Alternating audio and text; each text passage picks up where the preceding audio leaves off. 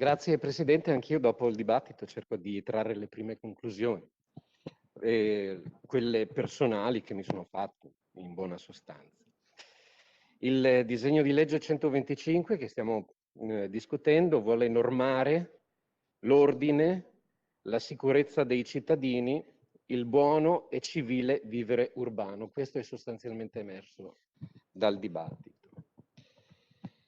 Ma il DDL 125 cerca di raggiungere questi obiettivi attraverso altri strumenti e non prende in considerazione strumenti quali l'educazione e la formazione.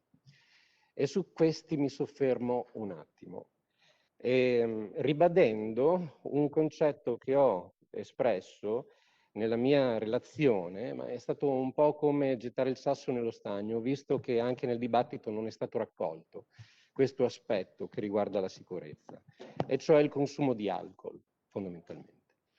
L'Istituto Superiore della Sanità, in una recente, ricerca, fornisce dei dati e colloca la Regione Friuli Venezia Giulia ai vertici in termini di consumo di alcol. Fatto 55 il parametro medio nazionale, la Regione Friuli Venezia Giulia acquisisce un parametro di 70, insieme proprio all'Emilia Romagna, che è stata più volte citata.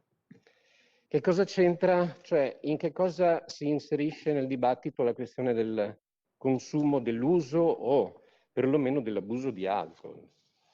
Sempre una ricerca dell'Istituto Superiore di Sanità, intitolata Comportamenti a rischio.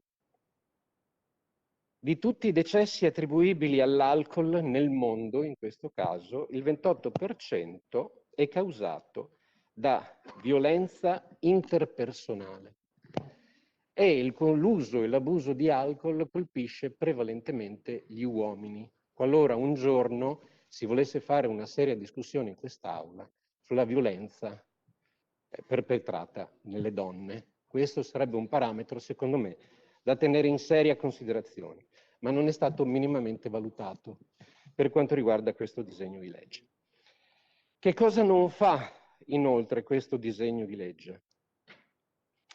Non potenzia la sicurezza locale, chiedendo ai ministeri preposti di assegnare maggiore organico, per esempio, ma cerca di ampliare non tanto la sicurezza locale, quanto più, e più volte si è parlato di questo, la percezione della sicurezza, istituendo i corpi di vigilanza volontaria.